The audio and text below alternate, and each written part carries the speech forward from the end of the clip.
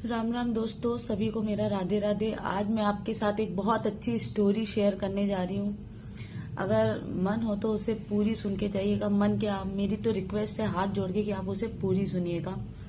बहुत ही अच्छी स्टोरी है और हो सके तो उस स्टोरी को बाद में शेयर कर दीजिएगा।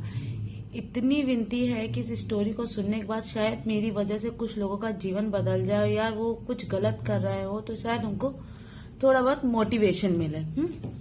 तो चलिए बताते हैं स्टोरी। एक बार क्या हुआ, 4 भाई थे। चारों में बहुत प्रेम व्यवहार था, एक ही साथ एक घर में रहते जैसे पहले होता था। अब तो ऐसा नहीं होता है। पहले होता था ना कि लोग एक ही घर में एक ही छत के नीचे, अब तो सब अलग अलग रहते। सबने कहते ना, जितने भाई उतने ही घर। सब ने अपना एक मकान में सब चारों भाई रहते थे। सब एक दूसरे से बहुत प्रेम व्यवहार करते थे और उन लोगों की एक छोटी सी दुकान थी। चारों भाइयों की दुकान थी। उन लोगों ने चारों भाई मिल करके काम करते थे उसमें, और वो दुकान चल पड़ी। और वो इतनी चल पड़ी, मैं आपको क्या बताऊं, इतनी चल पड़ी कि वो एक छोटी सी दुकान से वो डिपार्टमेंटल स्टोर बन गया। वो जानते हैं ना, वो बड़ा सा स्टोर होता है जहाँ सारा सामान मिलता है।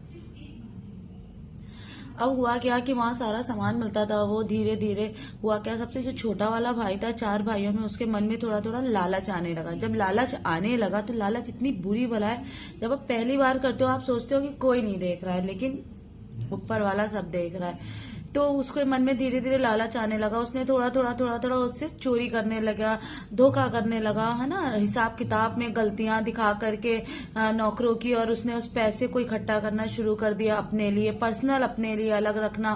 तो धीरे धीरे वो धोखा करने लगा। हुआ क्या, धीरे धीरे 4 भाइयों, जो बाकी के 4 भाइयों में से जो 3 भाई थे, उनको थोड़ा शक हुआ और उन्होंने पता किया। तो उनको पता लगा कि यहाँ पे कुछ धोखा हो रहा है। जब पता लगा तो चारों भाइयों ने चुपचाप कुछ नहीं कहा। उन्होंने सोचा चलो छोटा भाई है, कोई बात नहीं, घर की बदनामी ना हो, घर के समाज में सामाजिक हानि ना हो। तो उन्होंने छोटे भाई से कुछ नहीं बोला और उसको कुछ भी नहीं कहा। और उन लोगों ने, वो तीनों भाई चुपचाप उस काम से निकल गए। उन्होंने वो दुकान उनको दे दिया और उन्होंने अपना, बाकी तीनों ने अपना अपना एक काम डाल लिया। फिर हुआ क्या, छोटे भाई को लगा कि कोई नहीं देख रहा, भले भाई नहीं देख रहे थे पर ऊपर वाला सब देख रहा था, सारी चीजों का हिसाब यहीं पे है।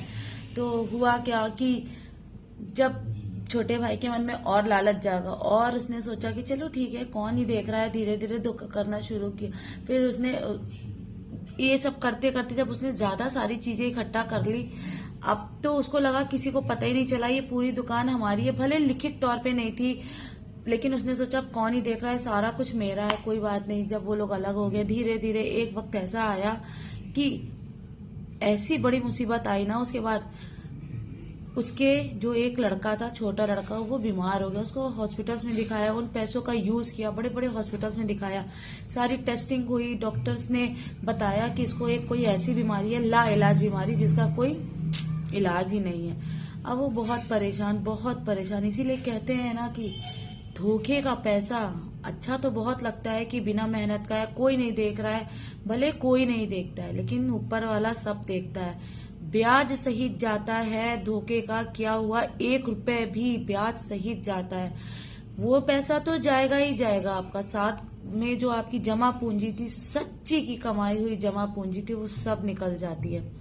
इसीलिए भाई बहनों, हाथ जोड़ के आपसे विनती है। पहले कहते थे ना बड़े बुजुर्ग कि सारा अगले जन्म में मिलेगा। इस जन्म में जो आप कर्म कर रहे हो, अगले जन्म में आपको चुकता करने का हिसाब किताब करना पड़ेगा, बोलते थे ना।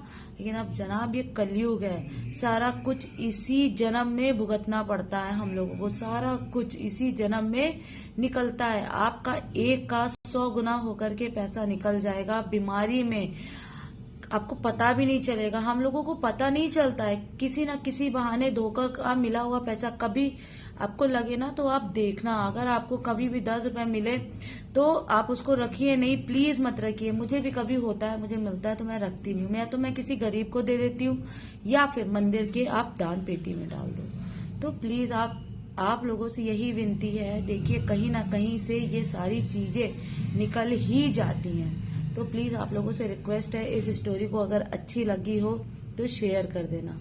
राधे राधे।